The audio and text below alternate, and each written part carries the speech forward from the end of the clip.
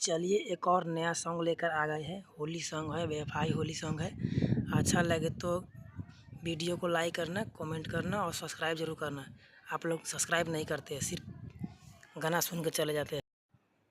चलिए मुखरा स्टार्ट करते हैं। संगवा में रही तू तो रंगवा लगई तू। इस लाइन को 2 बार गाना है।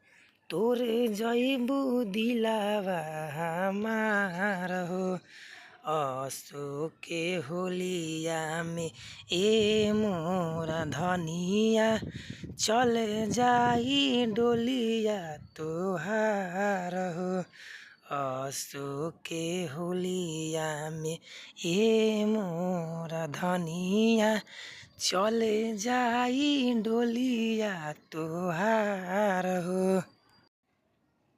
पहला अंतरा के कारा से खेलब असो होलिए मेरा गावा के कारा लगाइब असो लाला काया बीरावा। 2 बार गाना है। के कारा के रंग डालब के लगाइब के कारा से करब हम प्यार हो असो के होलिया में ए मोरा धनिया चल जाई डोलिया तोहार हो असो के होलिया में ए मोरा धनिया चल जाई डोलिया तोहार हो।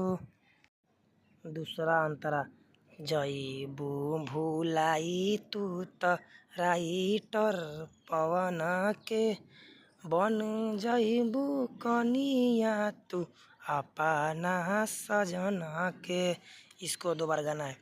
अपना यारावा के तोरिए के प्यारावा चल जईबू पियावा के घर हो असो के होलिया में ए मोरा धनिया चल जाई डोलिया तोहार हो। इसको 2 बार गाना है।